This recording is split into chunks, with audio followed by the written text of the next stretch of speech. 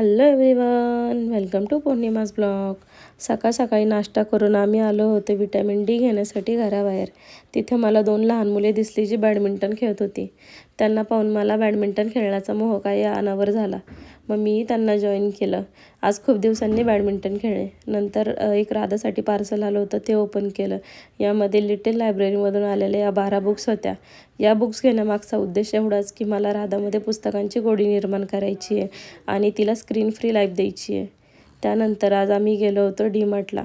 Radha first time आज डीमार्टमध्ये आली होती. तिच्यासाठी हे सगळं नवीन होतं. मग काय शॉपिंग केली आणि घरी आलो.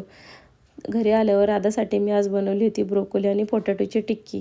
ब्रोकोलीमध्ये भरपूर प्रमाणामध्ये विटॅमिन सी, ए आणि के आहे, जे डोळ्यांच्या आणि हाडांच्या आरोग्यासाठी खूप चांगले आहे.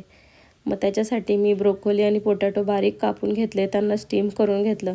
नंतर त्याच्यामध्ये जिरा पावडर आणि चवीपुरतं मीठ, बेसन पीठ हे टाकून चांगली टिक्की करून घेतली. तुपामध्ये चांगलं गोल्डन ब्राऊन होईपर्यंत शॅलो फ्राय करून घेतले आणि राधाला खाऊ घातले. तर असा होता आजचा माझा दिवस. Thanks for watching. बाय.